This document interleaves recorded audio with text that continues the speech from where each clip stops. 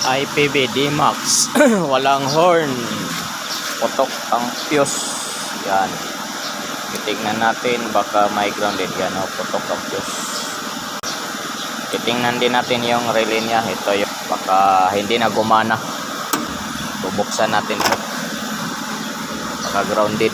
Nandyan lang yung wire.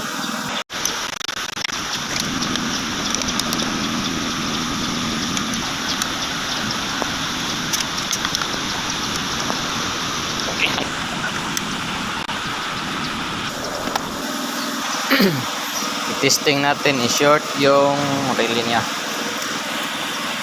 Direktahin natin.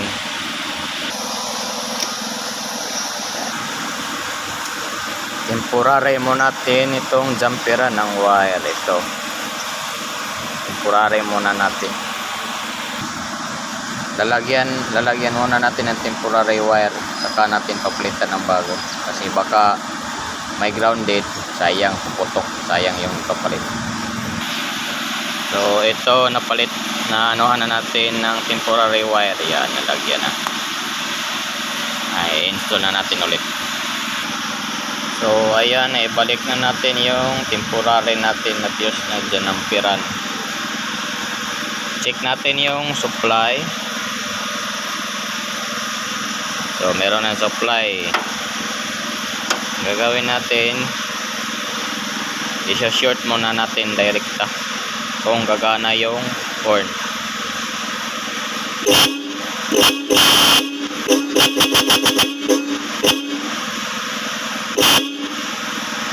So okay, walang grounded. So try natin ibalik ang relay. Kung mapuputol yung wire na nilagay natin, sira yung relay niya.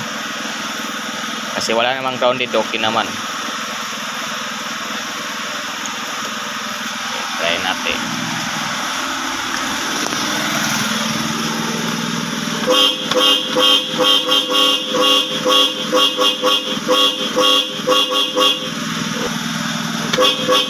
Okay siya. Naglolos lang siguro yun. Naglost contact lang siguro yun, kaya naputol yung fuse.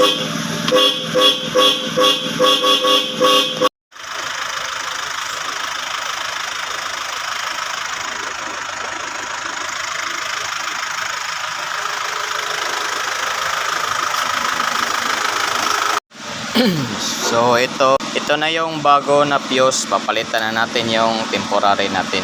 Hindi naman siya grounded, naglo-loose contact lang siguro yun, kaya naputol yung fuse.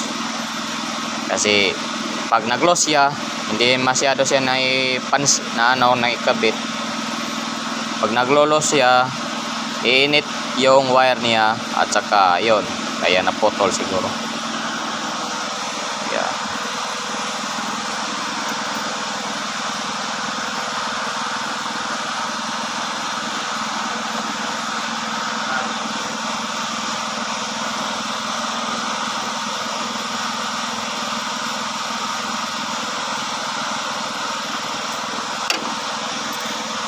Yan, i-ano natin ng mabuti para hindi mag-loose contact.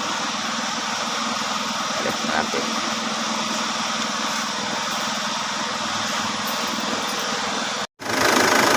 So okay na yung horn niya, ibabalik na natin tong cover.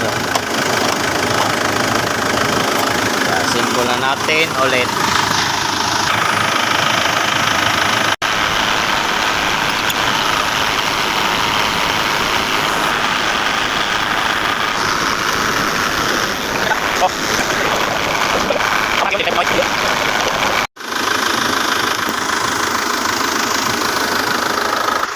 Testing natin.